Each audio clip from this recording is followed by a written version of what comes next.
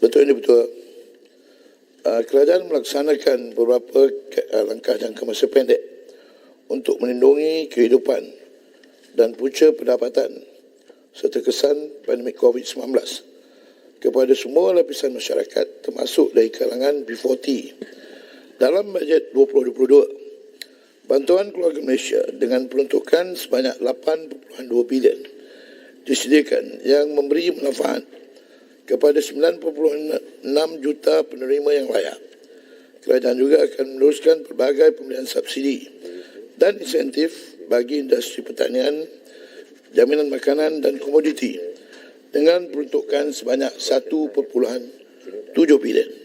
Program-program kebajikan sosial tersebut seperti pindahan wang tunai adalah berdasarkan kepada keperluan kepada kumpulan sasaran yang layak. Dalam usaha untuk mengurangkan kebergantungan kepada kerajaan, khususnya bantuan tunai, kerajaan juga akan meningkatkan usaha untuk memperbanyakkan program-program kebajikan produktif supaya setiap isi rumah dapat meningkatkan kapasiti dan keupayaan bagi meningkatkan pendapatan dan seterusnya taraf hidup mereka secara mampan. Menjana dan mengekalkan pekerjaan juga menjadi agenda utama kerajaan untuk meningkatkan pendapatan isi rumah.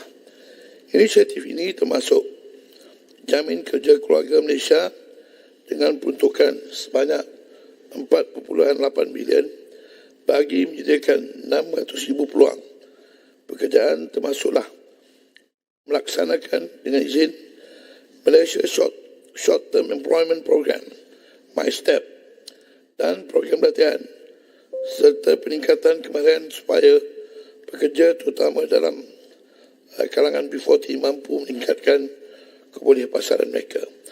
Melalui insentif pengajian jamin kerja, kerajaan akan memperuntukkan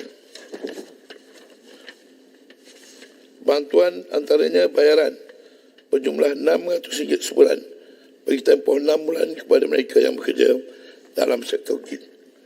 Kerajaan menyediakan berbagai skim pinjaman pembiayaan, perniagaan dan pembiayaan alternatif untuk memenuhi keperluan perniagaan terutama perniagaan informal serta perusahaan mikro, kecil dan sederhana kepada isi rumah yang terkesan teruk akibat COVID-19. Sebagai contoh, bagi menggalakkan penyertaan usahawan wanita, kerajaan memperuntukkan 6.25 juta bagi program Microsoft Capital yang merangkumi bantuan asas modal perniagaan secara dalam talian. Skim pinjaman informal dan mikro dengan saiz dana berjumlah 200 juta juga diperuntukkan dengan kadar faedah 0%. Bagi tempoh jangka panjang, dalam arahan K12, kerajaan akan meneruskan dasar dan strategi untuk meningkatkan pendapatan dan kuasa beli serta kesejahteraan terutamanya isi rumah di bandar dan di luar bandar. Akhir sekali, kerajaan percaya bahawa strategi dan inisiatif di atas terutamanya melalui program kebajikan produktif dapat meningkatkan pendapatan dan mengurangkan kebergantungan rakyat kepada bantuan tunai daripada kerajaan, di samping menangani cabaran semasa dan masa hadapan termasuk impak pandemik COVID-19. Sila Lenggong, soalan teman pertama. Datuk Ketua, saya nak merujuk kepada kenyataan pengarah eksekutif Sekretariat Majlis Tindakan Ekonomi Tan Sri Datuk Dr. Azlan Ghazali. Dia menyebut bahawa jurang pendapatan bagi golongan kaya dan miskin di negara ini semakin melebar. Susulan golongan berpendapatan rendah B40 hanya memperoleh 16% daripada kek ekonomi negara. Jadi berdasarkan kepada kenyataan itu, golongan B40 hanya memperoleh 16%, saya sebutkan tadi. Justru itu, saya nak tahu apakah langkah utama ataupun faktor utama yang menyebabkan jurang pendapatan antara golongan kaya dan miskin ini benar-benar melebar. Kemudian, saya ucap terima kasihlah apa yang disebut kejayaan-kejayaan dan juga perancangan kerajaan tadi. Dan pastinya kesan daripada pandemik COVID-19 ini, ia memberi kesan yang lebih besar. Kedudukan sosioekonomi rakyat data-data kemiskinan sudah begitu berubah. Pertambahan berlaku, orang miskin bertambah, pendapatan berkurang dan sebagainya. Apakah langkah-langkah kerajaan dengan data-data yang sudah begitu berubah ini? Terima kasih. Terima kasih Lenggong. Sila Perdana Menteri jawab. Terima kasih Kong di atas soalan tambahan. Pertama berkenaan jurang. Ini kita boleh lihat berdasarkan kepada keadaan semasa yang mana golongan B40 ramai yang telah terkesan teruk memandangkan mereka ini terdiri daripada orang-orang yang terlibat dalam bidang perusahaan, misalnya di golongan pertengahan, dan ramai pula yang pengusaha-pengusaha ataupun mereka-mereka yang bekerja ini secara tetap ni telah terjejas dan ada yang kehilangan pekerjaan. Jadi bila keadaan ini berlaku, mereka ini secara automatik ada yang telah masuk ke dalam golongan miskin dan juga miskin tegak barangkali.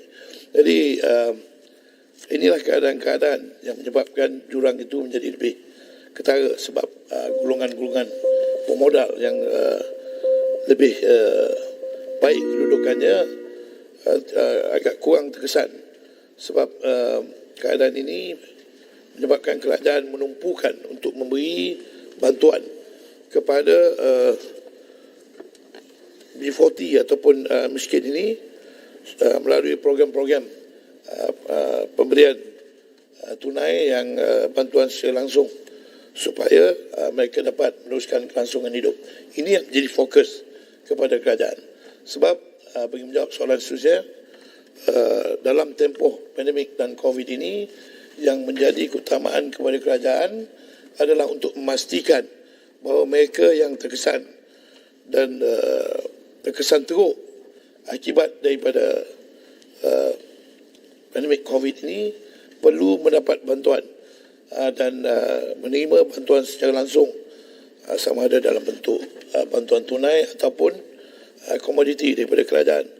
Dan terdapat juga beberapa inisiatif yang diberi, insentif yang diberi kepada rakyat, termasuklah menyediakan program-program bagi meningkatkan pendapatan dan termasuk juga untuk mengekalkan pekerjaan dan